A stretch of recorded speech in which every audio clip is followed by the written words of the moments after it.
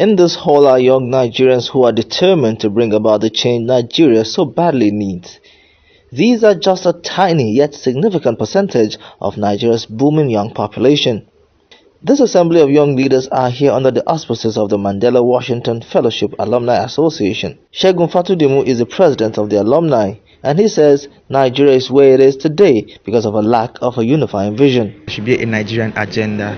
It's not just about not too young to run, but the challenge is that we have to be competent to run. The big plan is to ensure collaboration between Nigerians from all over the country.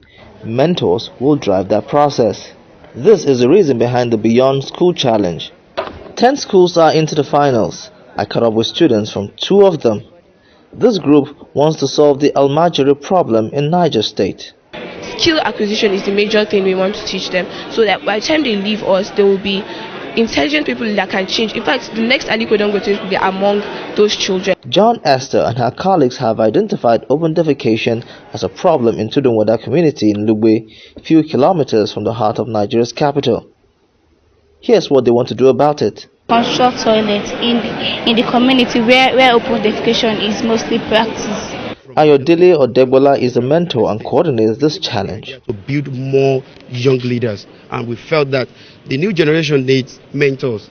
The U.S. government says it is excited to see young Nigerians providing tailor-made solutions.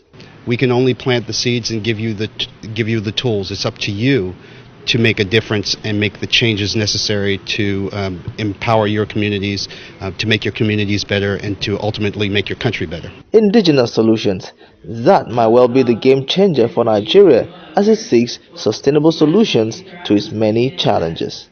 Shegojumu, STV News.